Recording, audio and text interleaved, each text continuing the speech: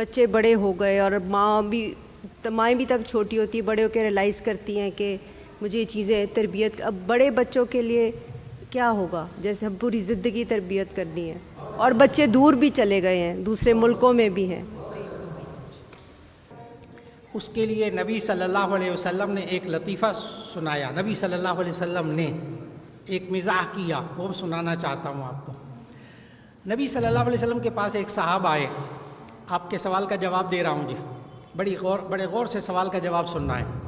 نبی صلی اللہ علیہ وسلم کے پاس ایک صحابی آئے، کہنے لگے یا رسول اللہ صلی اللہ علیہ وسلم مجھے ایک اونٹ دے دیجئے، میں نے سواری کرنی ہے، کہیں جانا ہے، ایک اونٹ مجھے دے دے، میں نے جانا ہے۔ نبی صلی اللہ علیہ وسلم نے فرمایا کہ ہاں میں تمہیں ایک اونٹ کا بچہ دیتا ہوں۔ صحابی نے عرض کیا یا رسول اللہ صلی اللہ علیہ وسلم میں اونٹ کے بچے کا کیا کروں گا، میں نے تو جانا ہے اتنی دور، ابھی جانا ہے۔ نبی صلی اللہ علیہ وسلم نے فرمایا جو میں وہ بڑا اونٹ دوں گا نا، وہ بھی کسی اونٹنی کا بچہ ہی ہوگا۔ ہم جب بچوں کی شادی کر دیتے ہیں نا، آپ مانیں کہ وہ ابھی بھی بچے ہیں، آپ مانیں کہ وہ ابھی بھی بچے ہیں، ابھی بھی آپ کو ان کی رہنمائی کی ضرورت ہے۔ وہ کیسے کریں پھر ہم؟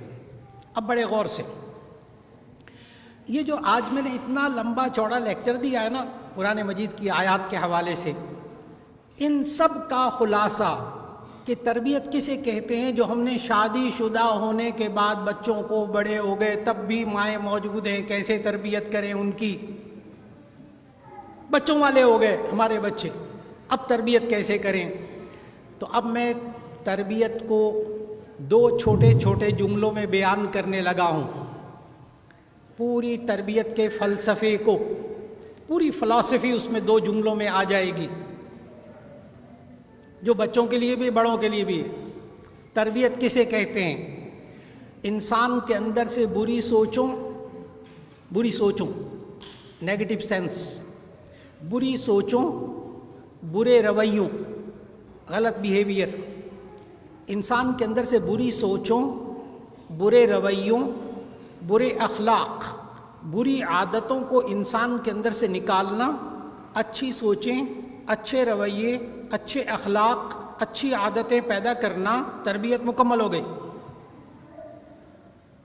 اور یہ ہم نے بڑوں کے ساتھ بھی کرنا ہے۔